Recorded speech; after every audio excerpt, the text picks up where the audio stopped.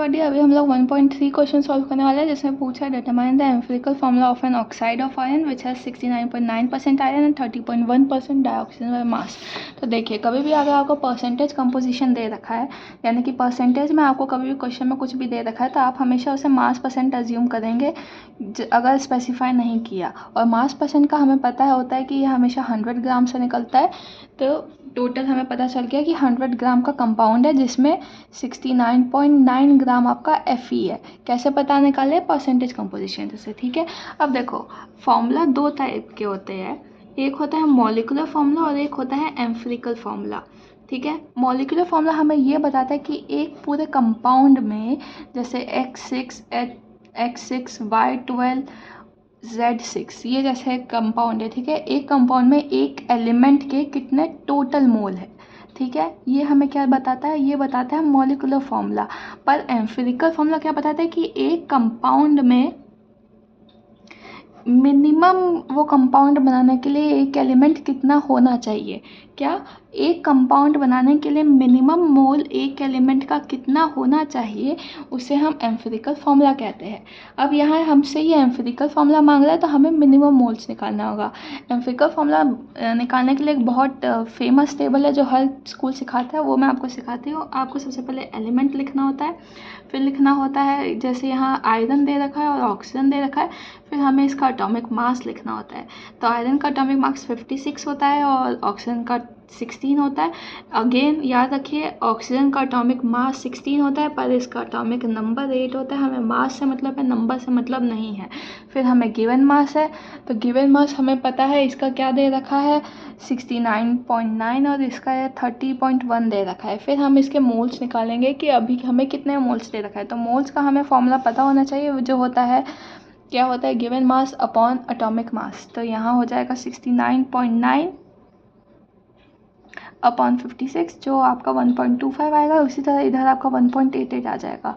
अब ये देखिए, मैंने आपको सिखाया था कि फॉर्मूला बनाने के लिए हमें मोल्स चाहिए होता है, पर ये हमें मोल्स दे रखे हैं पर ये होल नंबर रेशियो में नहीं है। कभी भी अगर हमें फॉर्मूला बनाना होता है आपके सिलेबस में, तो ये हमेशा होल नंबर रेशियो वाले मोल्स होने चाहिए ताकि हमें एक स्टोइकियोमेट्रिक फॉर्मूला मिल सके। स्टोइकियोमेट्रिक फॉर्मूला क्या होता है? जैसे कि आपका FeO हो गया, Fe2O3 हो गया या Fe3O4 हो गया, इसे हम लोग स्टोइकियोमेट्रिक कंपाउंड्स कहते हैं क्योंकि इसके में जो मोल्स है ये होल नंबर रेशियो है। अगर हम यही मोल्स लिख रहे Fe.1.25 या O1.88, ये होल नंबर मोल्स ही नहीं है, तो ये आपका स्टोइकियोमेट्रिक कंपाउंड ही नहीं है। तो इसे हम लोग क्या बोलेंगे? इसे नॉन स्टोइकियोमेट्रिक कंपाउंड बोलते हैं, जो आपको DNF ब्लॉक में पढ़ाया जाएगा क्लास 12th में। पर ये उतनी ज़्यादा हार्ड चीज़ नहीं है। स्टोइकियोमेट्रिक कंपाउंड का मतलब क्या होना चाहिए? ये जो मोल्स दिख रहा है ये आपके होल नंबर होने चाहिए, पर ये होल नंबर नहीं है। और हम होल नंबर कैसे बनाएंगे? इसका जो मिनिमम है, इन दोनों में छोटा कौन है? 1.25। इसका हम रेशियो ले लेंगे, मतलब इसे हम मोलर रेशियो भी कहते हैं। जैसे ये 1.25 है तो हम मिनिमम, इन दोनों में सबसे छोटा नंबर 1.25 ही है, तो उससे डिवाइड कर लेंगे दोनों को। किससे? दोनों को, ताकि हमें एक होल नंबर रेशियो मिल सके। तो देखिए, अब 1.25 हमारा 1 बन गया या नहीं बन गया? बन गया, जो कि एक होल नंबर है।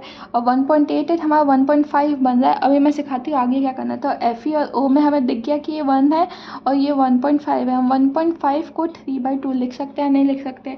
और 3/2 को क्यों? क्योंकि ये 15/10 हो जाएगा और 3/2 आ जाएगा।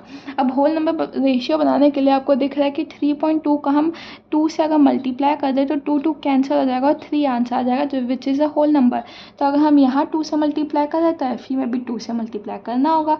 तो आपके यहाँ फिर सिंपल रेशियो क्या आ जाएगा? सिंपल नंबर दोनों का, Fe और O का यहाँ 2 और इधर 3, और ये दोनों इनके मतलब मोल्स आ गए। तो एक कंपाउंड में कंपाउंड का फॉर्मूला बनाने के लिए हम एलिमेंट के मोल्स ही लिख देते हैं। तो Fe इधर इसके 2 है, ऑक्सीजन का 3 है, तो आंसर Fe2O3 आ गया। इसमें मेन पॉइंट क्या याद रखना है कि हम मोल्स निकालने का मिनिमम रेशियो निकालते हैं। मिनिमम रेशियो में जैसे अगर आपका आंसर आ जाता है 1.5, तो इसका हम सिंपल रेशियो लेंगे जो 3/2 होता है। और हमें होल नंबर चाहिए होता है, तो हम 3/2 के लिए 2 से मल्टीप्लाई कर देंगे ताकि ये 3 आ जाए, क्योंकि ये होल नंबर है और स्टोइकियोमेट्री को फॉलो करता है और हमें स्टोइकियोमेट्रिक नंबर चाहिए। तो इसका एम्फिरिकल फॉर्मूला Fe2O3 हो जाएगा। Thank you so much. I hope आपको क्लियर हो। If not, you can always comment on my channel.